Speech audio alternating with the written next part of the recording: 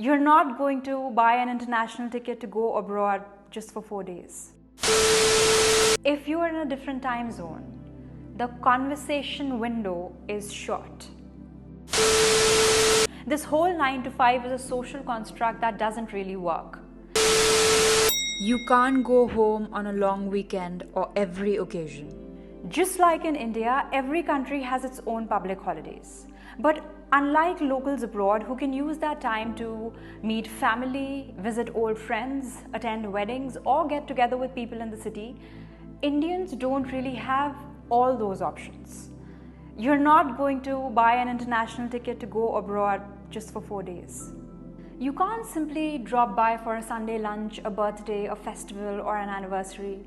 Instead, you end up on a phone call or watching family moments through WhatsApp.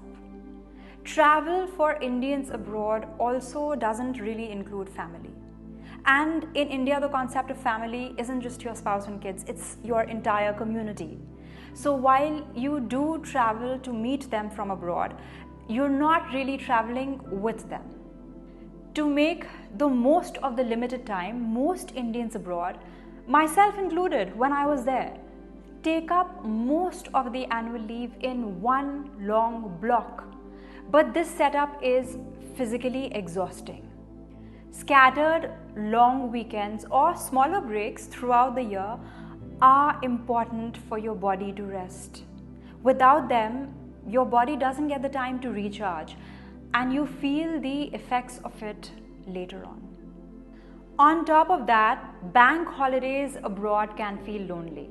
If you don't have plans, you can fill up the day with whoever is available or an activity or nothing at all.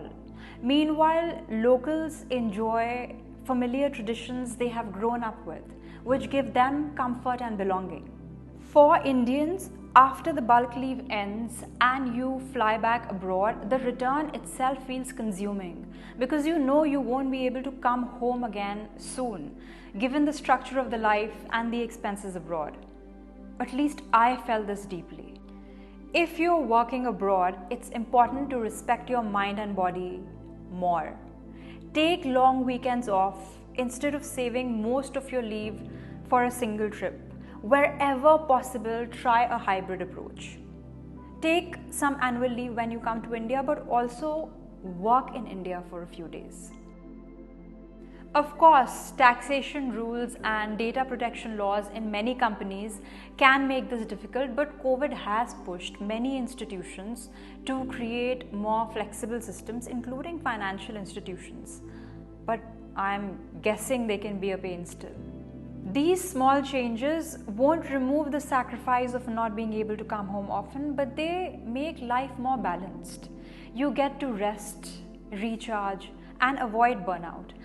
And while the gap with family remains real, you at least feel less trapped in the cycle of exhaustion and loneliness. You filter out friends due to different time zones. This June, I was in the US for some work, and honestly, I struggled to speak with family after the workday ended. The time difference made the window so short that conversations were reduced to quick updates and check-ins. The UK time zone is better, but over time, if you're away, it means you lose touch with old friends, not just because life gets in the way, but because you're unable to make time for each other. And it takes more effort to make time for each other, especially when family naturally takes priority. I'll say it once again. If you are in a different time zone, the conversation window is short. I have noticed this impacts men even more. Women usually share details and have in-depth conversations with friends and family, so they feel more heard and satisfied. Men, on the other hand, connect through presence, showing up, doing things together, bantering in groups, or having spontaneous chai or drinks. These touch points may be surface level, but they are frequent and fulfilling. Abroad, these interactions are rare. Harsh winters, long periods indoors, and a lack of neighborhood and street life all take a toll on your mind. To navigate this, you can join in-country social groups, slowly build friendships, and keep in touch with people back home through phone calls. This creates some level of social balance, even if it doesn't fully replace what you left behind. It's true, nothing abroad can replicate the comfort of those who have stood by you in times of crisis. Some connections can be maintained by conversations, but others, especially those who are not people of words, require your physical presence. By making small efforts to create a community abroad, you can soften the isolation, though the sacrifice of being away from your natural social ecosystem will remain. You prioritize work for the wrong reasons. No one I have ever met is in full concentration mode all the time during work hours. This whole 9 to 5 is a social construct that doesn't really work. Thankfully, many companies now focus on deliverables than availability during a fixed time frame. But many Indians, including myself when I was abroad, create this strict demarcation where they think that this is my work time and I need to take it very seriously because this is important. In reality, it's more of a defense, a way to prove yourself to your employer, your family, and even to yourself. It often feels like pretense or acting busy because you feel trapped in a job, especially when you are on a visa. Deep down, you didn't feel respected earlier, and now that you're earning well, your family values you more, so you just power through. And of course, there are double standards, not just in India, by the way. If a woman is working, families take it lightly.